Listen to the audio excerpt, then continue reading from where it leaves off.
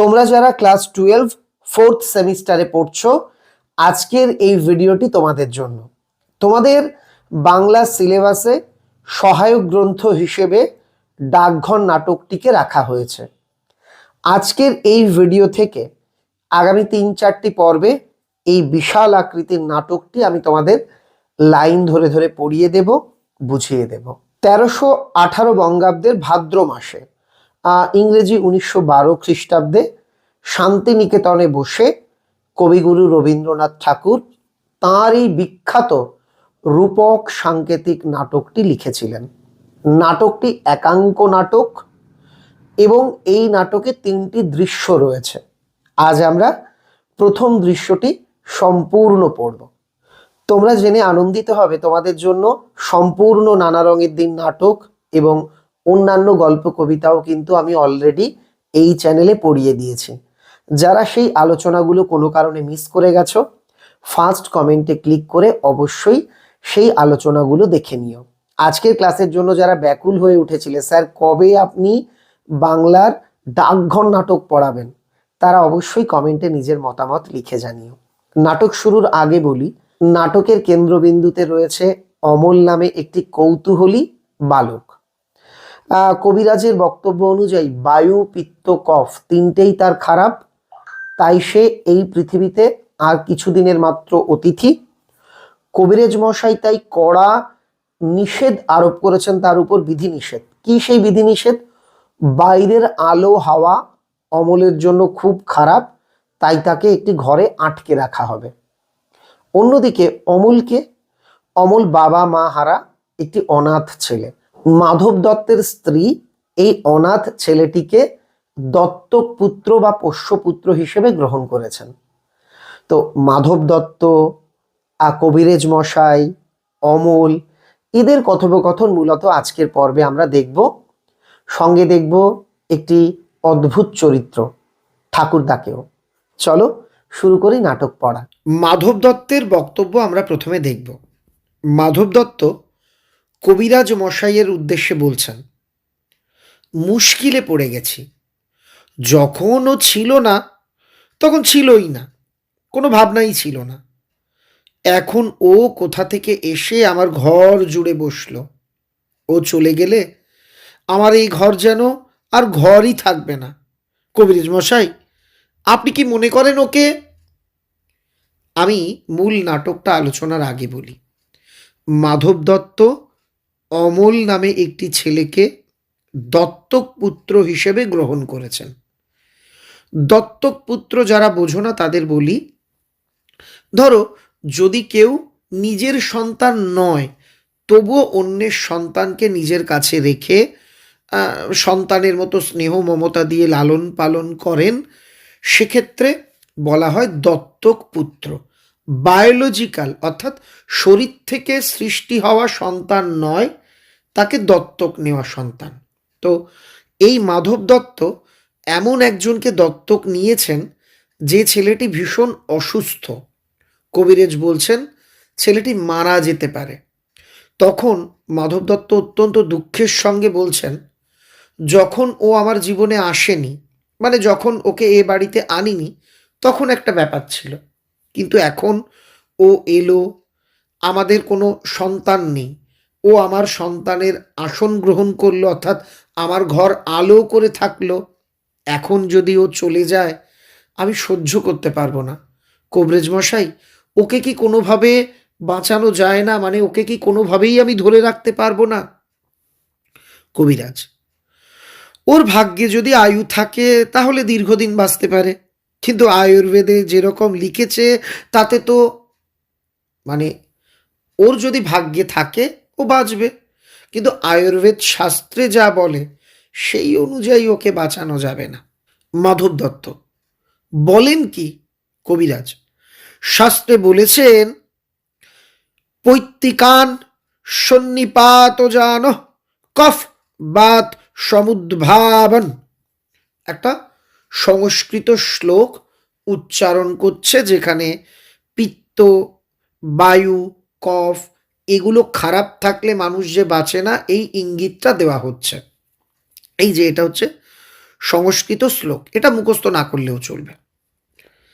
উত্তরে মাধব দত্ত বলছে, থাক থাক, আপনার ওই শ্লোকগুলো আওড়াবেন না, মানে এই শ্লোকগুলো আবৃত্তি করবেন না, বলবেন না, ওতে আমার ভয় বেড়ে যায়। এখন কি করতে হবে সেটা বলে দিন। আপনি ওইসব বললে আমার ভয় বেড়ে যায়, আপনি বলুন এখন কি করব। কবিরাজ নস্য লইয়া, নস্য হচ্ছে নস্যি, এক ধরনের গুঁড়ো তামাক যেগুলো অনেকে নাকে টানে, তো নস্য লইয়া বলছেন, খুব সাবধানে রাখতে হবে মাধব দত্ত। সে তো ঠিক কথা, কিন্তু কি বিষয়ে সাবধান হতে হবে সেইটা স্থির করে দিয়ে যান। আপনি বলছেন আমার দত্তক ছেলেকে অমলকে সাবধানে রাখতে হবে, তো আপনি বলে দিয়ে যান কোন বিষয় ওকে কিভাবে আমি সাবধানে রাখব। কবিরাজ, আমি তো পূর্বেই বলেছি, আমি আগেই বলে দিয়েছি, ওকে বাইরে একেবারে যেতে দিতে পারবেন না। মাধব দত্ত, ছেলে মানুষ, ওকে দিনরাত ঘরের মধ্যে ধরে রাখা যে ভারী শক্ত। কবিরাজ, তা কি করবেন বলুন? এই শরৎকালের রৌদ্র আর বায়ু দুই ওই বালকের পক্ষে বিষবৎ। মাধব দত্ত বলছে, বাচ্চা ছেলেকে সারাদিন কি ঘরে আটকে রাখা যায়? কবিরাজ বলছে, দেখুন, এই শরৎকালের যে হাওয়া আর রোদ দুটোই এই বালকের পক্ষে বিষের মতো বিষাক্ত, মানে বিষবৎ, বিষের মতো। কারণ কিনা শাস্ত্রে বলেছে, কারণ শাস্ত্রে বলা আছে, অপস্মারে জ্বরে কাশে কমলায়ং হলিমকে। মাধব দত্ত, থাক থাক, আপনার শাস্ত্র থাক, তাহলে ওকে বন্ধ করেই রেখে দিতে হবে, অন্য কোনো উপায় নেই। মাধব এবার বলতে চাইছে, আচ্ছা এর কি অল্টারনেটিভ কোনো উপায় নেই, মানে ঘরে বন্দি করে রাখা ছাড়া? উত্তরে কবিরাজ বলছে, না, কিছু না। উত্তরে কবিরাজ বলছেন, কিছু না, কারণ পবনে তবনে চৈব। আবার একটা শ্লোক বলতে যাচ্ছে। মাধব দত্ত উত্তর দিচ্ছে, আপনারও চৈব নিয়ে আমার কি হবে বলুন তো, ও থাক না, কি করতে হবে সেইটা বলে দিন। কিন্তু আপনার ব্যবস্থা বড় কঠোর, এই যে আপনি যে সব চিকিৎসা বলে দেন এগুলো খুব কঠিন। রোগের সমস্ত দুঃখ ও বেচারা চুপ করে সহ্য করে, কিন্তু আপনার ওষুধ খাবার সময় ওর কষ্ট দেখে আমার বুক ফেটে যায়। ওই ছেলেটা রোগে কষ্ট পেলেও মুখ বুজে সহ্য করে, কিন্তু ওষুধ খাওয়ানোর সময়ও ভীষণ কষ্ট পায়, তা দেখে আমার বুক ফেটে যায়। উত্তরে কবিরাজ বলছে, সেই কষ্ট যত প্রবল তার ফলও তত বেশি। দেখো, এটা না বাস্তব জীবনেরও একটা সত্যি কথা। তুমি যত কষ্ট করবে তত কেষ্টের কাছাকাছি যাবে, লোকে বলে, অর্থাৎ কষ্ট করলে ফলটাও ভালো পাওয়া যাবে। তাই তো মহর্ষি চবন বলেছেন, মহর্ষি চবনকে, চবন ঋষি, যিনি এই যে আমরা শীতকালে অনেকে বলি না চবন ব্রাশ, আসলে ওটা চবন প্রাশ, এই চবন প্রাশ যিনি তৈরি করেছিলেন সেই ঋষি হচ্ছেন চবন মুনি। তো চবন মুনি বলেছেন, ভেষজং হিত বাক্যঞ্চ তিক্তং আশুফলপ্রদং। আচ্ছা তাহলে উঠি দত্তমশাই, প্রস্থান। অর্থাৎ এটা বলে কবিরা চলে গেলেন। এবার ঠাকুরদার প্রবেশ। তোমার মনে প্রশ্ন হতে পারে, এই ঠাকুরদাটা কে, কার ঠাকুরদা? ইনি কি মাধব দত্তের ঠাকুরদা?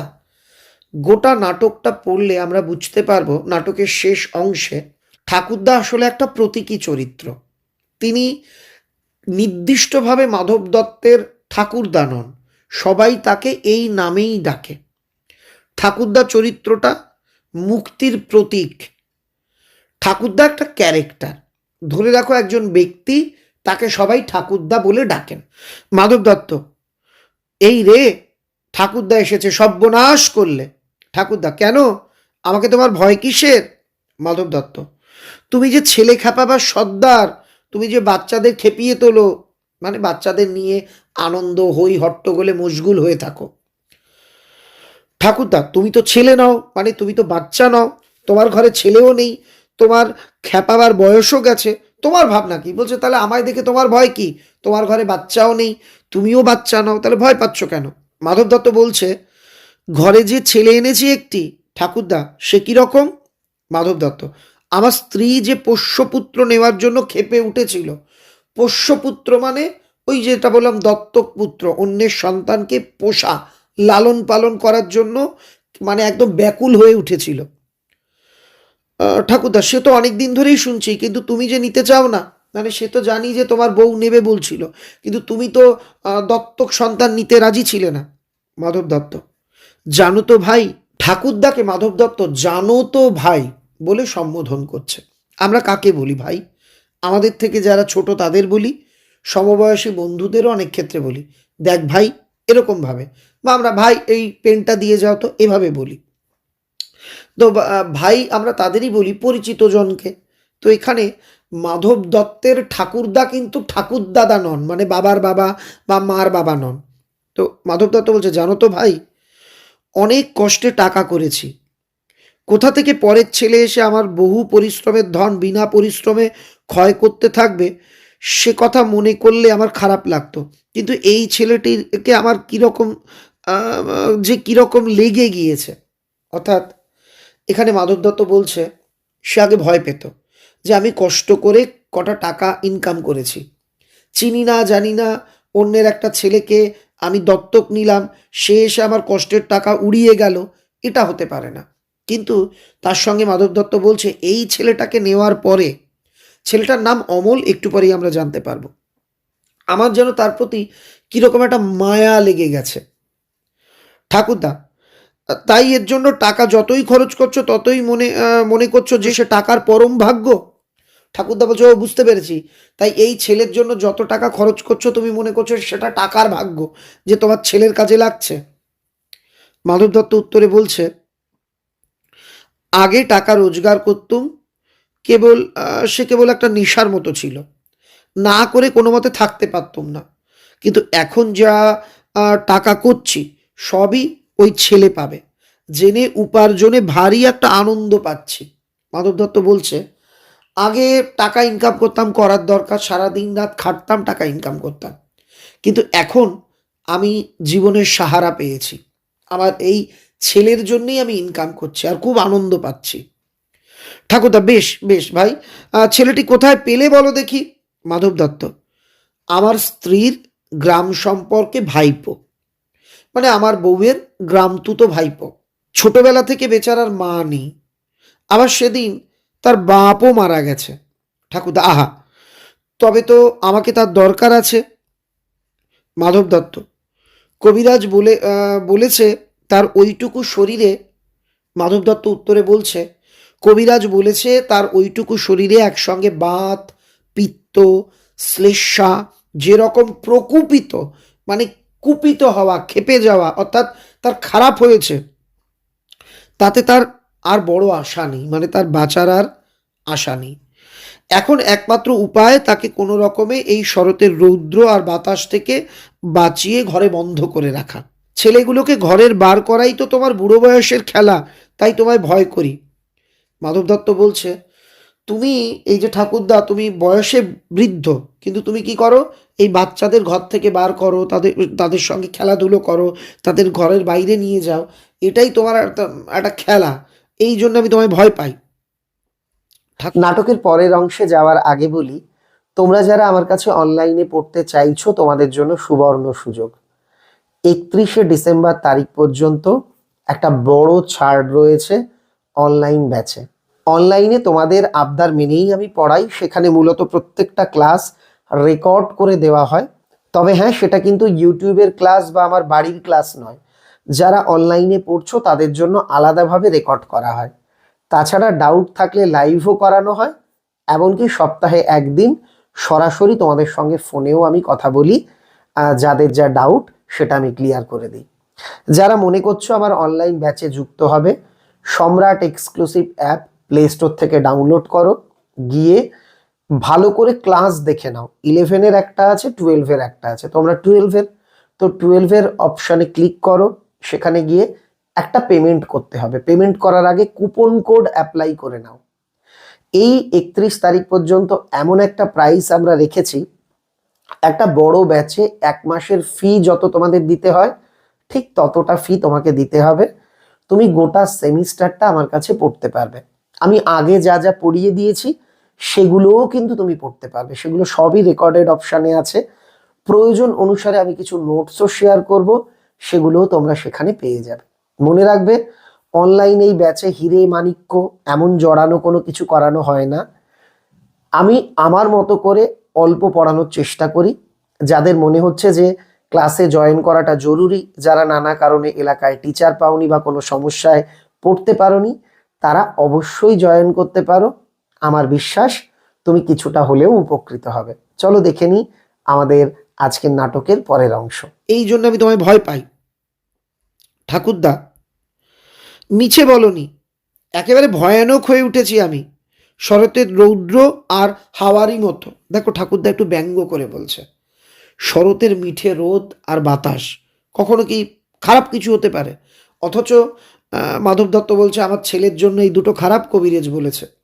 তখন ঠাকুরদা বলছে ঠিক ঠিক, আমিও ওই শরতের রোদ আর হাওয়ার মতন আমিও যেন মানে খুব ভয়ঙ্কর, তাই তো?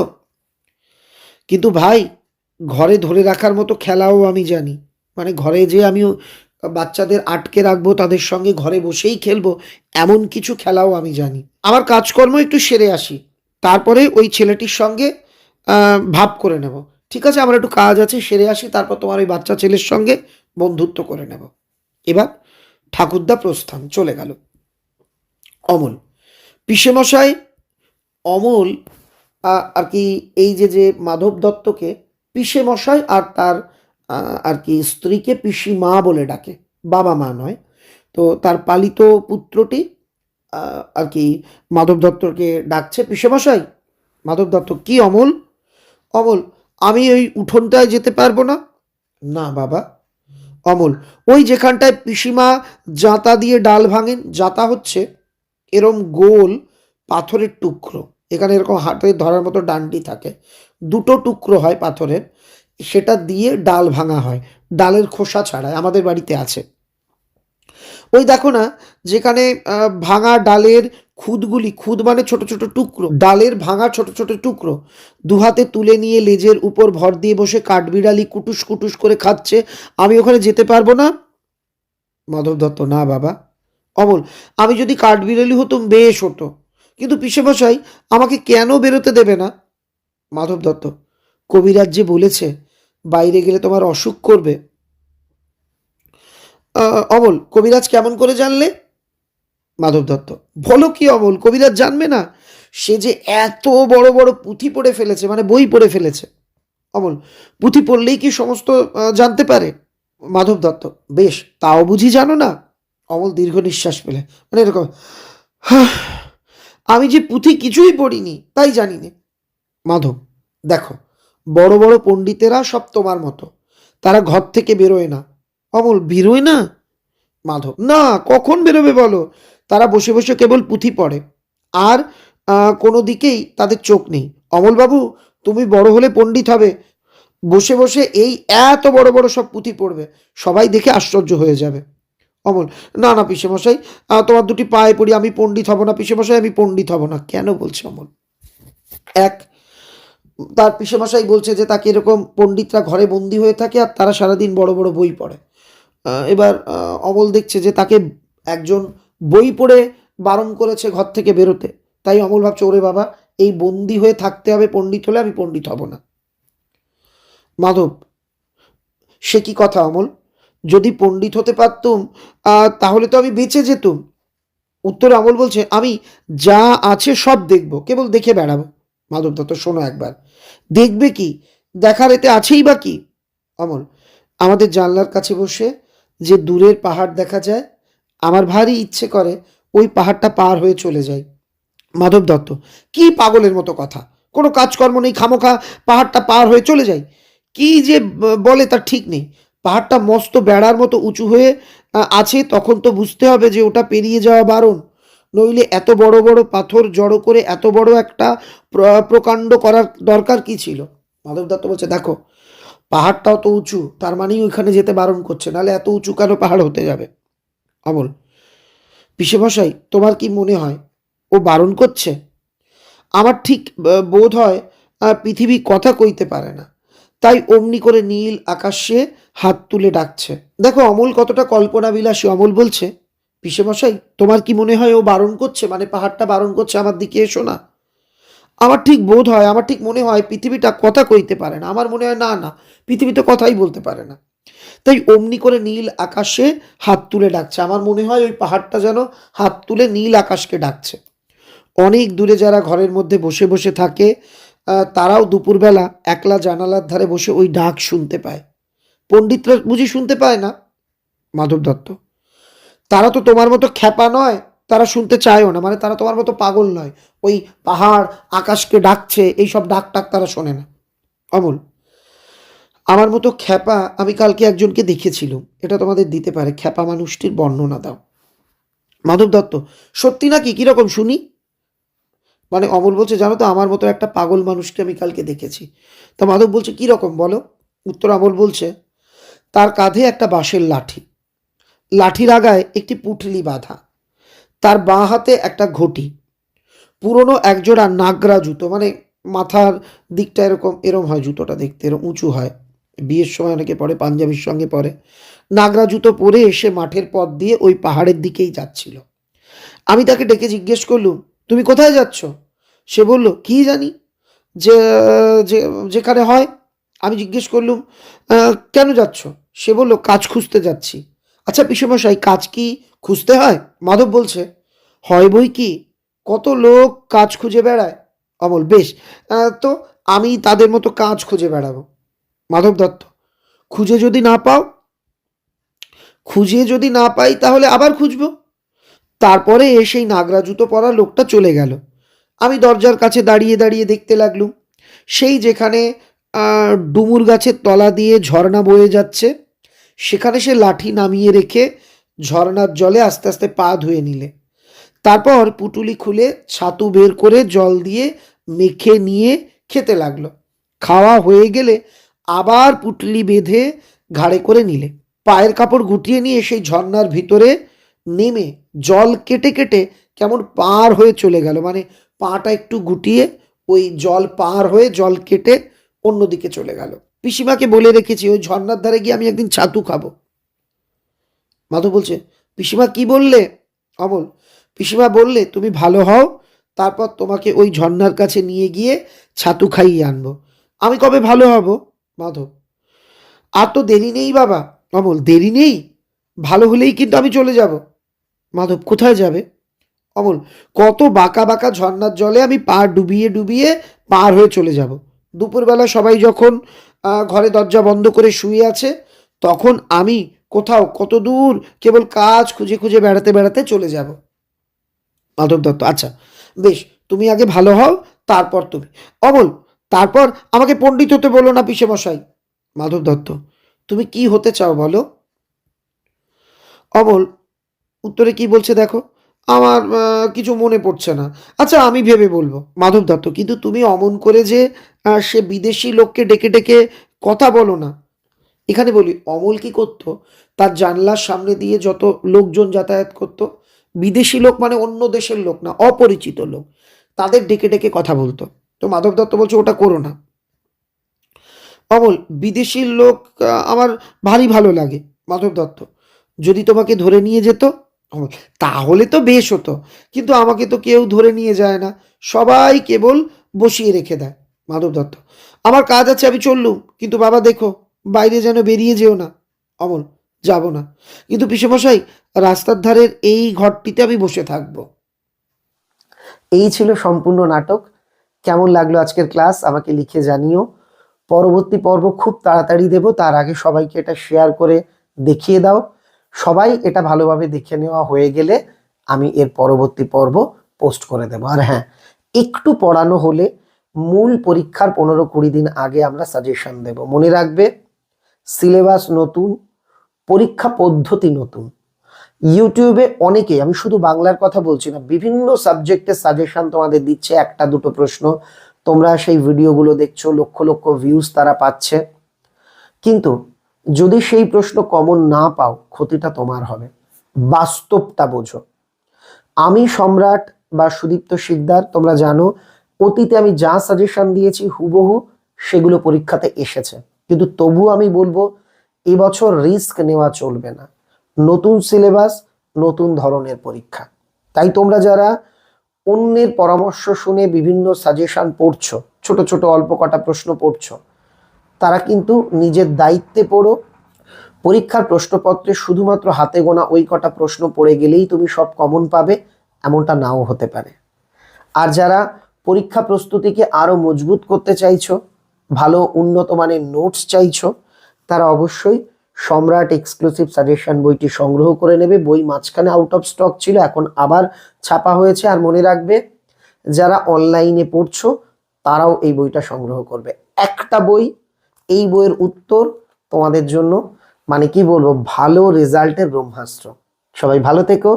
আজকের ক্লাসটি করবার জন্য অনেক অনেক ধন্যবাদ।